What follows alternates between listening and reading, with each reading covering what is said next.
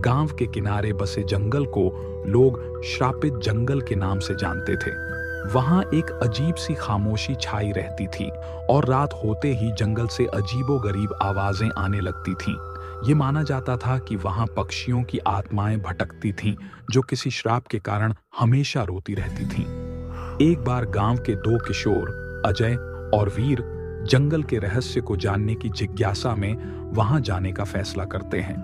दोनों ने सुना था कि रात के समय जंगल में अजीब आवाजें आती हैं, जैसे कोई उन्हें बुला रहा हो। अजय और वीर ने ठान लिया कि वह इस रहस्य को खोलकर ही रहेंगे। अगले ही दिन दोनों ने रात में जंगल में जाने की योजना बनाई। जैसे ही अंधेरा छाया, दोनों ने चुपचाप घर से निकलकर जंगल की ओर बढ़ना शुरू कर दिया। उनकी जेबों में सिर्फ एक टॉर्च थी और दिलों में डर। रास्ते में वीर ने अजय से पूछा, क्या तुमने उस श्रापित पक्षी की कहानी सुनी है? अजय ने सिर हिलाया। हाँ, पर मुझे विश्वास नहीं होता। कोई भी पक्षी कैसे किसी को श्राप दे सकता है? वीर ने डरते हुए बताया। कहते हैं कि कई साल पहले इस जंगल में एक बहुत बड़ा बर्बर शिकारी आया था। उसने यहाँ के सभी पक्षियों का खून बहा दिया था, बिना किसी दया के। पक्षियों की आत्माओं ने उसे श्राप दिया कि जो भी इस जंगल में आएगा वह उनकी आवाजें सुनकर पागल हो जाएगा। यह सुनकर अजय ने हंसी उड़ाई और कहा, यह सब बकवास है वीर, बस लोगों को डराने के लिए कहानियां गढ़ी गई हैं। जैसे ही दोनों जंगल के अंदर बढ़े, पेड़ों के पत्तों की सरसराहट उनके कानों में सिहरन पैदा कर रही थी। तभी उन्हें किसी पक्षी की चीख सुनाई दी। यह आवाज इतनी तीव्र और भयानक थी कि दोनों वहीं ठिठक गए। वीर का चेहरा सफेद पड़ गया। क्या हमने किसी आत्मा को नाराज कर दिया? अजय ने अपनी हिम्मत बांधते हुए कहा, यह सिर्फ हवा में पेड़ों की आवाज है, चलो आगे बढ़ते हैं।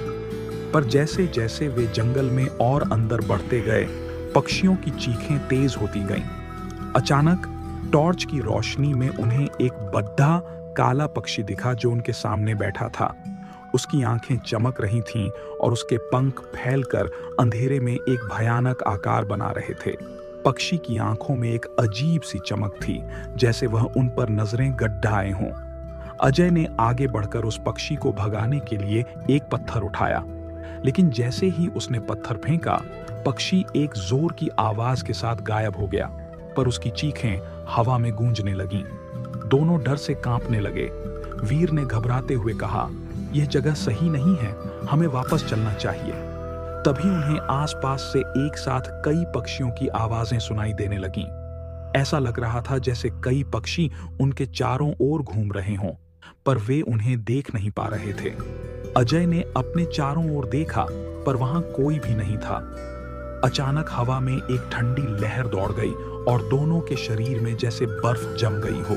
तभी एक बुढ़िया की आवाज आई, तुमने इस जंगल का शांति भंग की है, अब तुम इसकी सजा भुगतोगे। वीर ने डरते हुए पूछा, कौन है वहां? जवाब में बस एक कर्कश हंसी सुनाई दी। दोनों के दिलों की धड़कन तेज हो गई और उनके पैर वहां से भागने के लिए तैयार हो गए। पर जैसे ही उन्होंने भागने की कोशिश की, उनके सामने फिर से वही काला पक्षी प्रकट हो गया। इस बार उसकी आंखें खून के जैसे लाल थीं। उसने अपनी आवाज में एक तेज चीख निकाली, जिससे उनके कानों में दर्द होने लगा। अजय और वीर को लगने लगा कि जैसे उनके चारों ओर कुछ अदृश्य पक्षी मंडरा रहे हैं और वे उन्हें अपने नुकीले पंजों से नोच रहे हैं।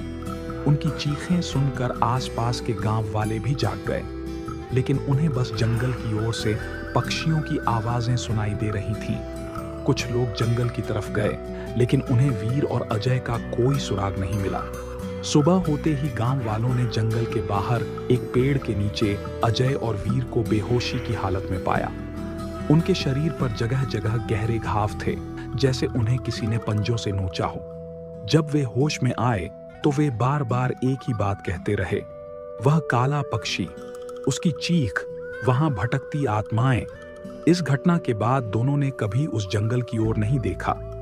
गांव के लोग कहते हैं कि वे दोनों उस दिन से बदहवास रहते हैं और रात के समय उनकी चीखें सुनाई देती हैं। कहते हैं कि जंगल के पक्षियों का श्राप उन्हें हमेशा परेशान करता रहेगा। इस तरह श्रापित जंगल की यह कहानी पूरे गांव में मशहूर हो गई। कोई भी इस जंगल की तरफ जाने की हिम्मत नहीं करता, क्योंकि वहां अब भी पक्षियों की आत्माएं भटकती हैं और उनकी चीखें आज भी रात के सन्नाटे में गूंजती हैं।